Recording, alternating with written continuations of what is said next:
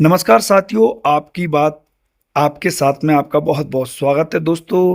शिक्षक बहुत परेशान है, कन्फ्यूजन है टीईटी और ई-अटेंडेंस को लेकर। अब एक पीडीएफ किसी ने डाला है और काफ़ी वायरल हो रहा है सोशल मीडिया पर।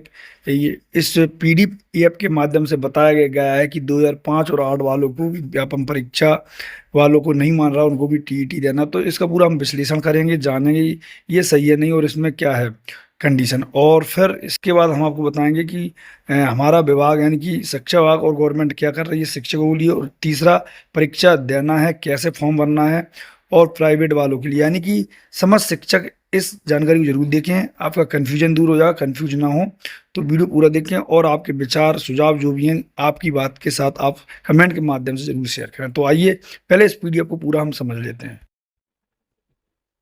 दोस्तों, आप देख सकते हैं, संदर्भ है माननीय सर्वोच्च न्यायालय के सिविल अपील क्रमांक, ये आप देख पा रहे हैं, में पारित आदेश एवं मध्य प्रदेश कर्मचारी चयन मंडल यानी कि ईएसवी नियम पुस्तिका 2026।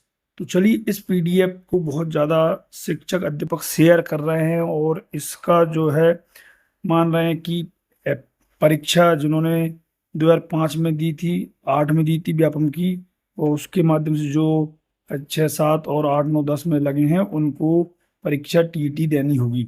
तो इसको पूरा हम पहले समझ लेते हैं, पढ़ लेते हैं, उसके बाद आपको जो व्यापम से परीक्षा हुई थी उसमें क्या लिखा वो भी जानेंगे। यहाँ लिखा है, मध्य प्रदेश सेवारत शिक्षक पात्रता परीक्षा यानी कि टीटी 2026, 2005, 2008 एवं 2011 व्यापम उत्तीर्ण शिक्षकों को टीटी अनिवार्यता संबंधी विश्लेषण यानी कि इस पीडीएफ के माध्यम से विश्लेषण किया गया है।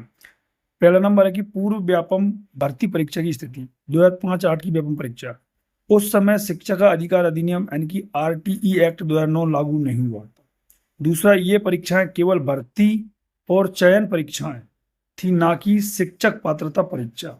इस पॉइंट को विशेष रूप से आप अभी याद रखें, हम आपको इस पर बताएंगे अंत में।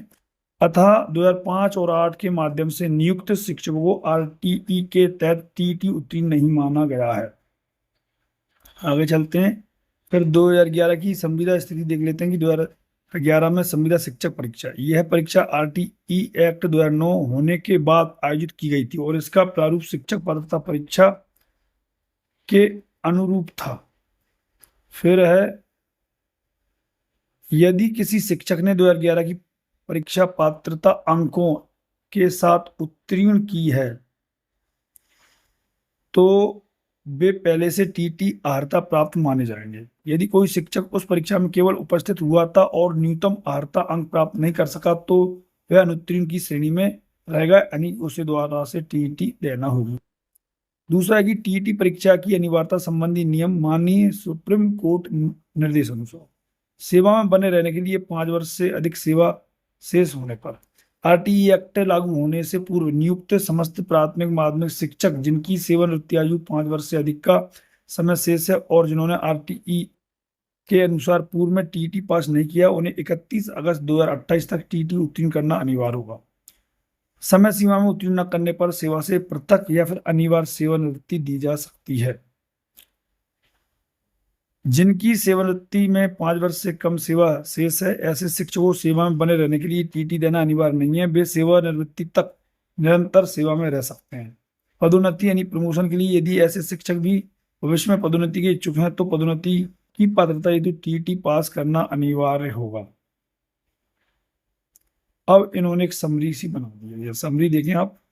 स्पष्ट निष्कर्ष इसका निकलता है कि नियुक्ति वर्ष और स्थिति क्या है और टीटी परीक्षा अनिवार्य के संबंध में। तो यहाँ आप देखें, 2005 और 8 में व्यापम जिन्होंने दी थी, यह केवल भर्ती परीक्षा उत्तीर्ण टीटी नहीं है। यानी जो व्यापम आपने 8 में और 5 में दी थी, इसके तहत आपको बताया जा रहा है कि ये भर्ती परीक्षा थी, टीटी नहीं है। तो अनिवार्य देना अनिवार्य है, यदि 5 साल सेवा से कम बच रहे हैं होने चाहिए तो भी देना है।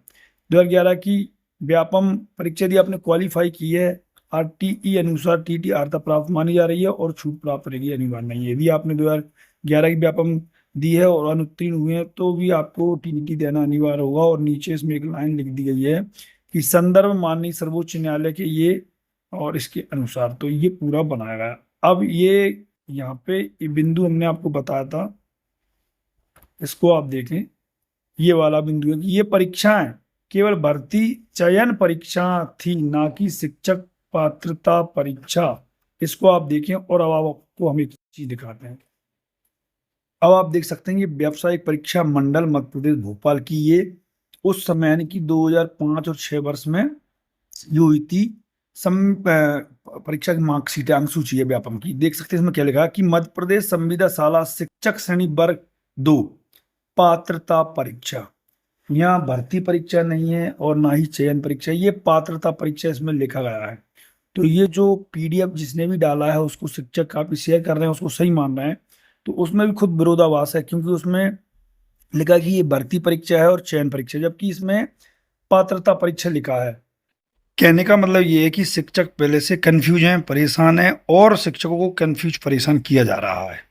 तो हम सभी शिक्षकों से ये कहना चाहेंगे कि आप इधर दिमाग लगाने से अच्छा है कि आप बच्चों को पढ़ाते हैं, आप खुद भी थोड़ा अध्ययन करें, तो आपकी तैयारी भी होगी और परीक्षा में आप बैठेंगे। और ये पहली परीक्षा है, तो आप इस परीक्षा में बैठें, देखें कि कैसी परीक्षा होगी। उसके बाद अगली जब भी परीक्षा लें तो उसमें आप फुल तैयारी के साथ बैठें, क्योंकि 2028 तक का आपको समय दिया गया है।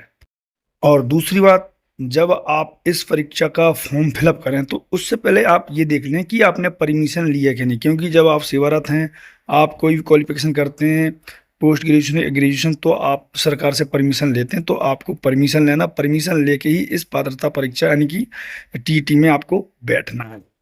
यह परीक्षा चाहे वो प्राइवेट पढ़ाए या टीचर या सरकारी, सबको ये परीक्षा देनी है जो टीईटी उत्तीर्ण यानी कि पात्रता परीक्षा उत्तीर्ण नहीं है उन सबको। अब बात करते हैं हमारी जो विभाग है, शिक्षा विभाग या सरकार की।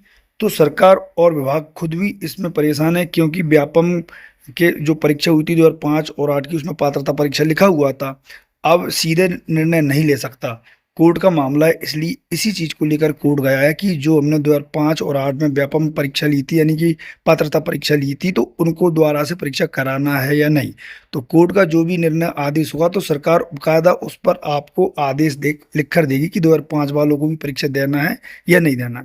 तो इसलिए अभी आप इस परीक्षा को परमिशन लेके भरें फॉर्म और परीक्षा दें, और अगले वर्ष से आप तैयारी करके दें।